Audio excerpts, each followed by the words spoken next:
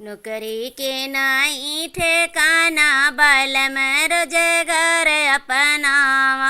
अब नाही होई है गुजारा बलम रोजगार अपनावा। नौकरी के नाई ठेकाना बलम रोजगार अपनावा। लोन लेके बैंक से चक्की लगावा।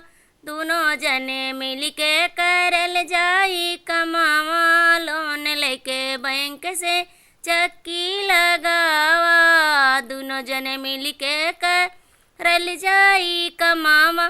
धीरे धीरे कर्जा चुकावा बलम रोजगार अपनावा। धीरे धीरे कर्जा चुकावा बलम रोजगार अपनावा। नौकरी के नाई ठेकाना बलम रोजगार अपनावा। कुछ दिन बाद डालब दूसर मशीनिया। आइसक्रीम ठंडा के करबे सेलिंगिया। कुछ दिन बाद डालब दूसर मशीनिया। आइसक्रीम ठंडा के करबे सेलिंगिया। केतनों के बन जा सहारा बलम रोजगार अपनावा।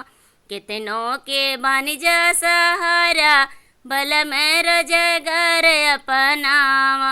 नौकरी के नाई ठेकाना बलम रोजगार अपनावा।